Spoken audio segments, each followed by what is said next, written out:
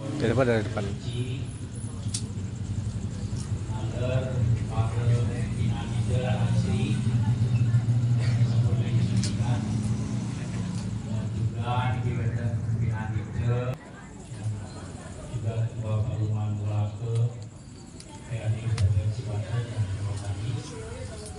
Para sesepuh saya pengurus Seradi Banten, Bupati Sesanti, juga yang kita banggakan umat sedharma, ibu-ibu, bapak, dan juga generasi muda, mahasiswa yang kita banggakan semua atas hasil kerja biasa pada malam ini, di mana sebelumnya sampun juga dilaksanakan acara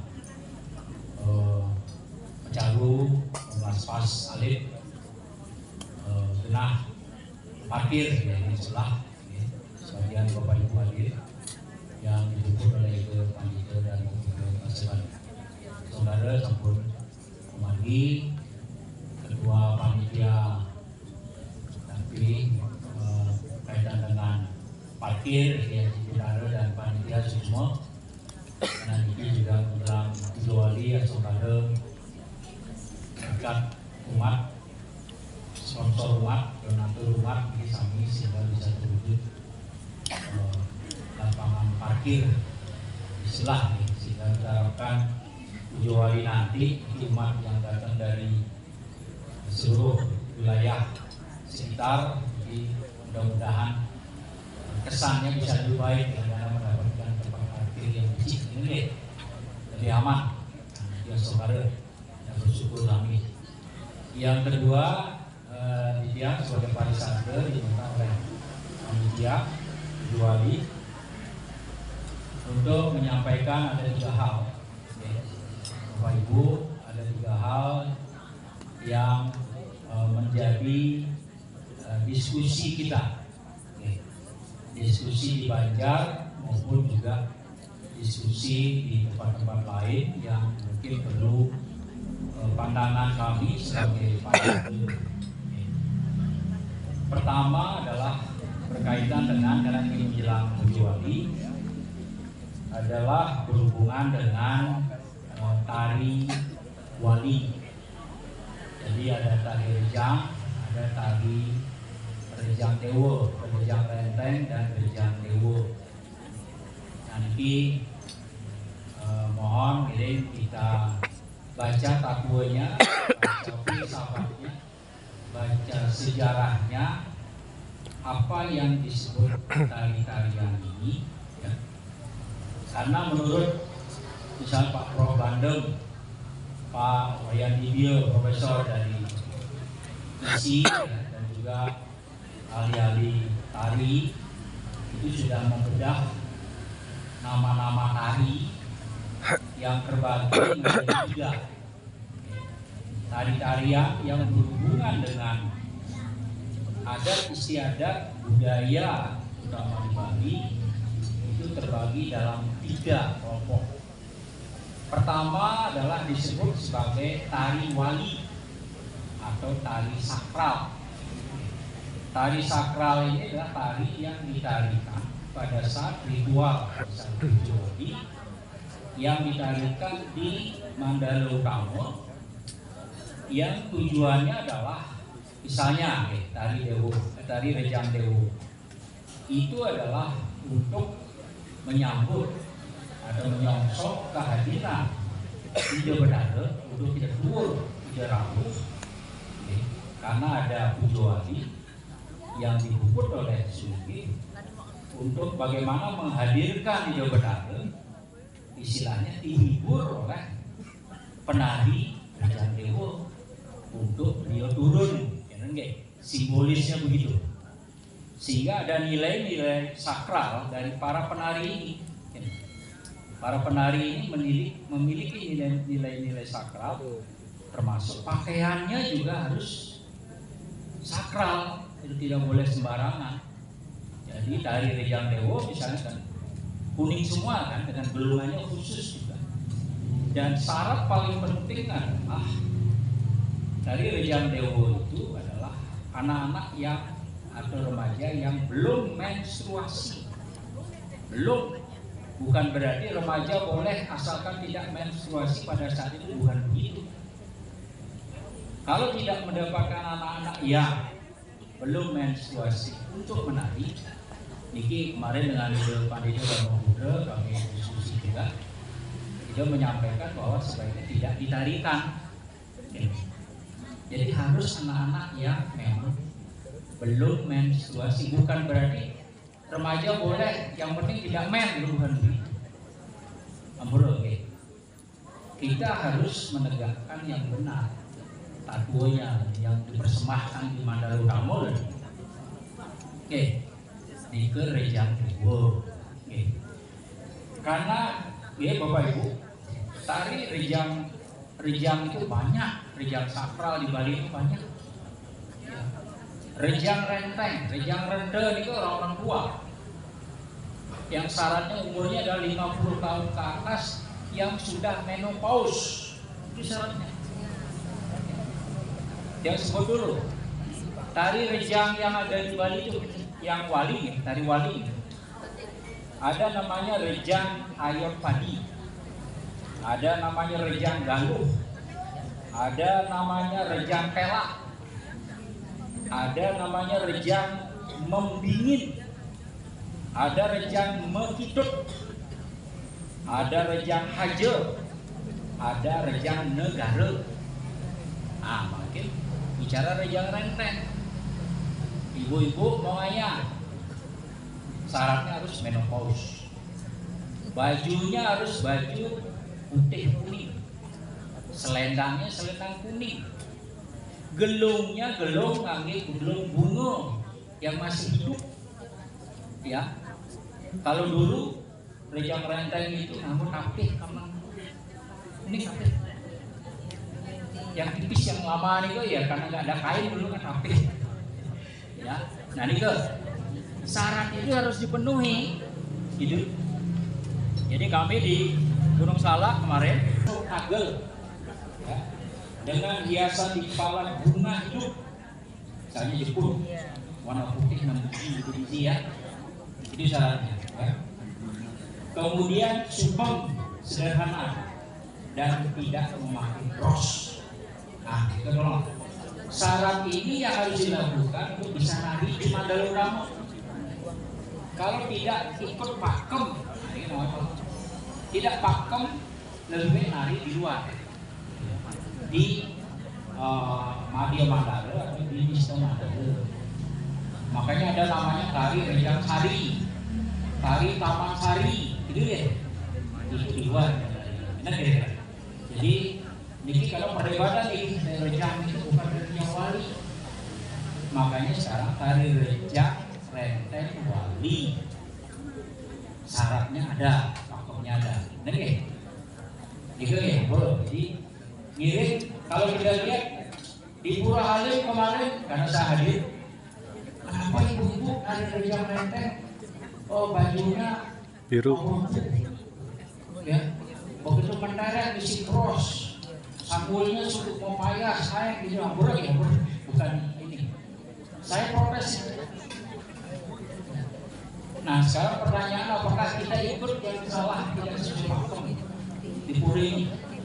Jadi kita ini menegakkan sesuai sastra, sesuai dengan pakem yang memang disertai. Dan ini juga Rejang renteng ini sudah disosialisasi oleh Ibu Dayu Yasini dari Dinas Kebudayaan Provinsi Bali. Jadi ini sudah sosialisasi ke seluruh Bali. Di Bali sendiri juga banyak pelanggaran. Tadi itu sakit, dari kedoi. Jadi masih perlu ada sosialisasi mana tari-tarian yang bersifat wali itu yang dijalankan di Mandalo Utama. Nah, tadi saya sebut ada 3 jenis tari. Tari wali dari pertama. Yang kedua adalah namanya tari Bobali. Nah, tari Bobali ini artinya adalah tari berupa pertunjukan untuk ritual. Nah, apa itu contoh misalnya tari topeng bodresnya ada di Mandar Utama yang mensupport tari topeng Sidoarjo. Kalau tari topeng Sidoarjo adalah tari topeng Wali, supportingnya adalah tambahannya tari topeng bodresnya itulah tari Bebali sebutannya, jadi tari ritual penunjang. Yang ketiga disebut tari Bali-Balian, ya. Bali-Balian, mau Bali-Balian artinya tari pertunjukan hiburan, tari yang diupah, yang dibayar hiburannya, kan? Jadi 3 jenis. Nanti Nuandilan terus tarian Bali-Balian, Wender tari Puspanjali, tari Janger, tari Kecak, tari apa lagi? Tari Gejek, gitu misalnya. Ada lomba gitu tari apa biasanya? Joget punggung, Bali-Balian. Kayak Darmo Sandi Nasional kemarin tari Bali-Balian itu. Kami Pak Denny punya jago ada tari-tari Bali-Balian itu. Nah itu yang dipentaskan untuk ditonton. Nah itu 3 jenis tari. Jadi kita mesti sepakati menganut faktor yang memang sudah benar. Karena itu panitia juga tadi sampai mengingatkan diri tidak melakukan faktor yang benar untuk dilaksanakan di Purwodadi. Ini kita mulai nggak apa-apa. Karena ini adalah sebuah tradisi, ya, tradisi hidup, adat, istiadat, budaya yang selalu berhubungan antara seni budaya dengan agama. Karena landasan kita sebagai Hindu ini kan ada 3 kerangka agama Hindu, ya kan? Ada takunya, ya, ada susila, ada upacara, ada upakara, jadi itu semua berhubungan. Ya, sehingga ketika ada upacara mesti ada takunya, ada filsafatnya, dasarnya apa. Banten ini juga syarat upacaranya ada takunya semua, ada filsafatnya. Jadi itu kita mulai ya, bahwa hubungan antara seni budaya adat istiadat dengan kaitan dengan takwa dengan upakara itu semua berhubungan.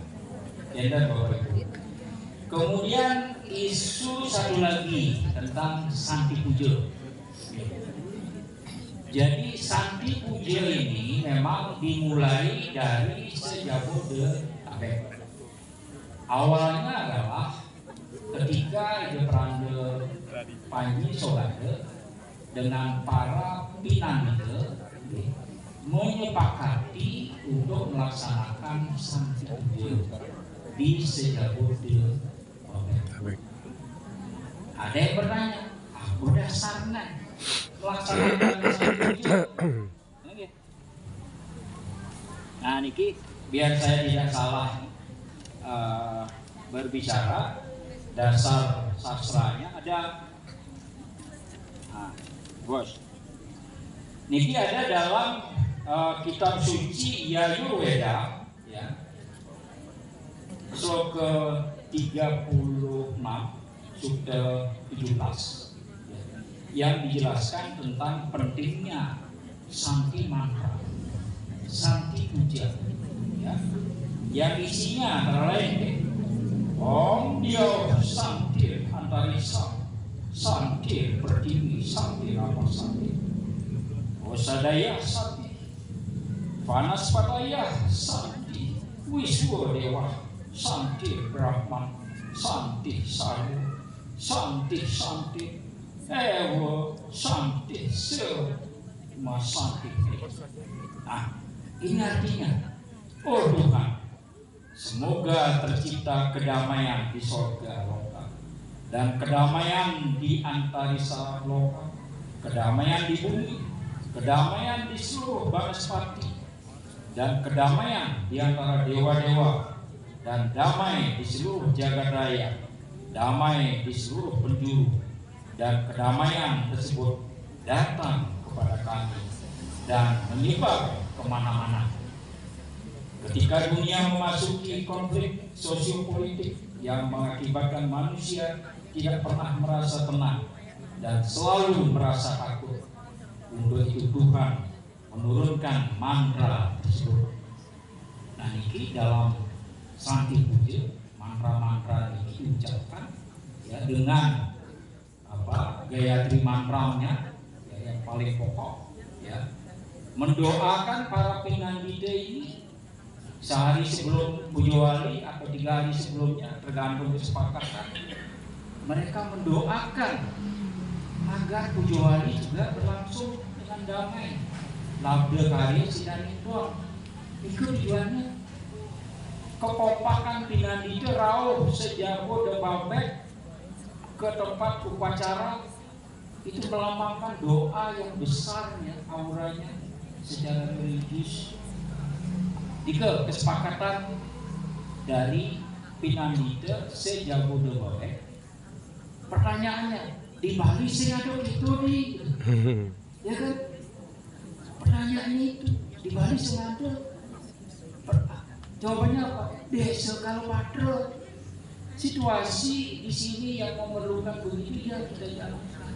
Karena kesepakatan makin panitia dengan bayar. Kalau upacaranya Puja Wali ngalir, ngiring sampai tujuannya misalnya alir juga internal, pinandita misalnya nih, kesepakatan ini semua berdasarkan ini ya jamananya yang melaksanakan pohara, ya internal pinandita rauh sampai tujuan misalnya.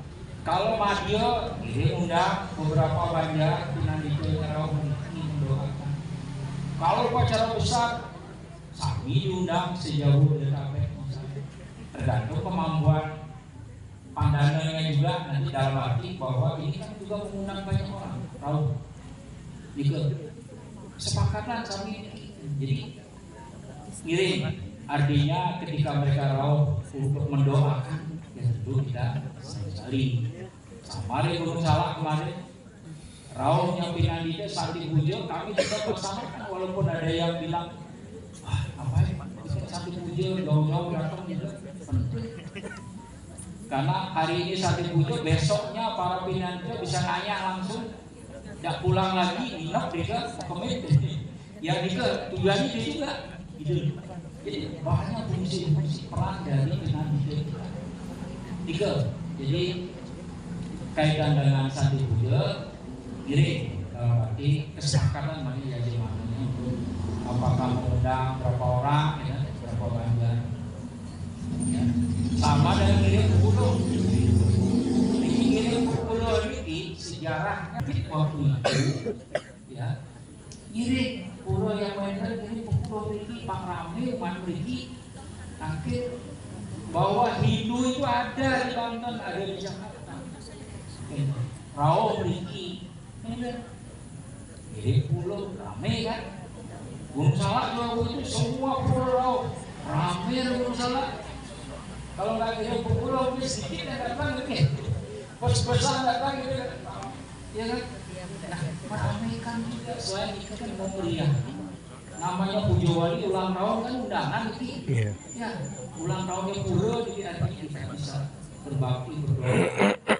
Ini awal-awalnya nih, awal-awalnya itu sehingga sekarang nama pura lagi, waduh.